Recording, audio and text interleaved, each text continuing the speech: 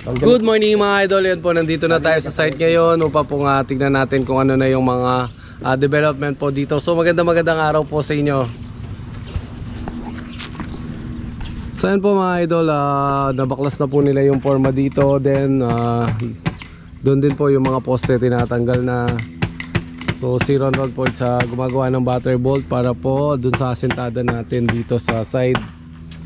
So baka po magtataas pa tayo dito ng mga hanggang 5 patong, doon sa kabila mga 7. So si Michael naman po, ayun siya, ginagawa niya yung butter bolt niya doon para doon po sa huling asintada natin doon. So kailangan din po natin pala ng bakal para maituloy na yung tie beam doon. So halos nakapaikot na po yung tie beam natin, doon na lang po wala. So yan po sina Wharton, nagtatanggal po ng forma. So ako naman po is pupunta ako kay Dagdag ngayon. Kukuha po tayo ng sementong gagamitin nila habang wala pa po, di pa nila natapos yung kanilang paggagawa ng butter bolt. So yan po, bali ito po kasi kailangan na natin rentasan para po maisabay na din sa pagpuporma nila. So po, bali magpapatong tayo dito ng 4 muna. Si Michael po yung nakatoka dito, then doon si Ron, yun po ang asintahan niya. Then sila Warlon po, sila na yung bahalang magporma dun sa mga naiwan na tie beam. So tara po, punta muna tayo kay Dagdag. So yun po mga idol, kinuha natin ito sa sakyan kina sir para po makakuha tayo ng gamit kay Dagdag. So yan po, papunta tayo kay Dagdag ngayon. Nandito tayo sa may Gemasan pa. So yan po, at babalik po tayo kay Dagdag ngayon para pumikap ng 10 semento at 20 10mm po. So yun mga idol, nandito na tayo sa Dagdag Hardware ngayon para po pick upin natin yung ating order. So yan po, nagpiprepare sila ng bakal. Tapos yung isa po is naghahakot na siya ng ng semento natin. So bali po, kukuha tayo ng 20 na 10mm muna, tapos 10 semento.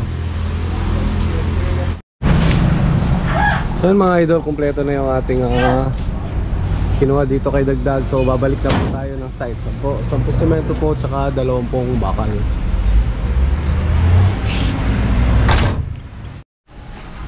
So po mga idol, nandito na tayo sa site. So ibababa na PJ at Sedi yung ating mga order na bakal at semento.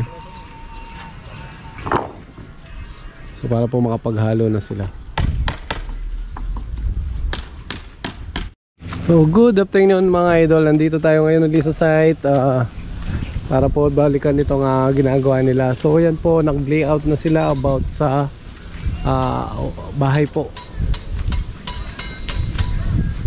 So kung makikita po natin, yun na po yung hangganan ng bahay, yung may tansi na yun. Hanggang doon po siya sa isang kahoy na yun.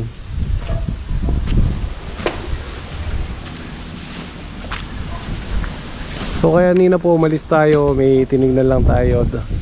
So yan, pagbalik natin ay layout na nila yung hukayan dito sa bahay na itatayo sa loob. So yan na po yung mga tansi.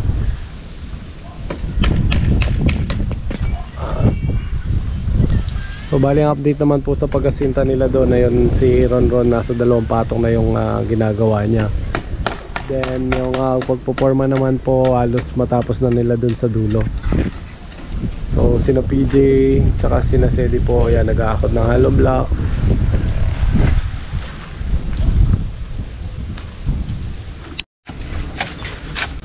So po mga idol, bali nakapatok na sila dito ng 4.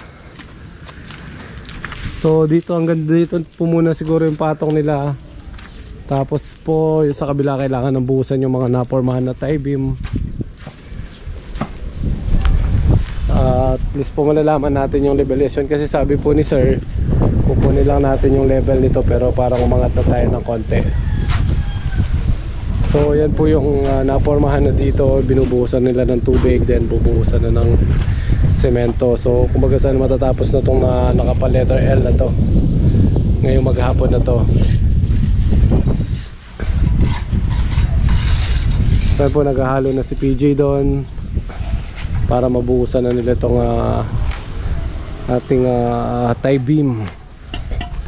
So bali po dito meron na rin nilagay ng mga tansi kanina, parang nilayout na nila yung korte ng bahay. So kasi wala po tayo kanina, may pinuntahan tayo. So ayan na po yung magiging natin, update natin ngayong araw ng Martes.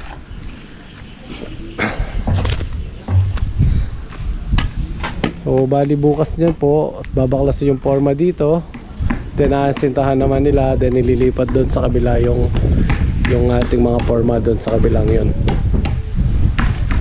So 100% po this week is makapag okay na rin tayo about sa pundasyon po ng bahay. Bakit open space yan? May poste siya dito? Okay. So yun po mga idol, mga pare ko, hanggang dito na lang po yung update natin muna ngayong araw ng Martes. Hanggang bukas naman po uli, araw ng Miyerkules. Papiksa naman. Papiksa. So po mga idol, hanggang dito muna yung pag-cover natin dito sa ginagawa po natin dito sa May Pidela. So sa mga sumusuporta po, sana huwag kayong magsasawa. God bless po sa inyong lahat. Mabuhay po tayo. Hanggang sa susunod na video mga idol, mga pare ko.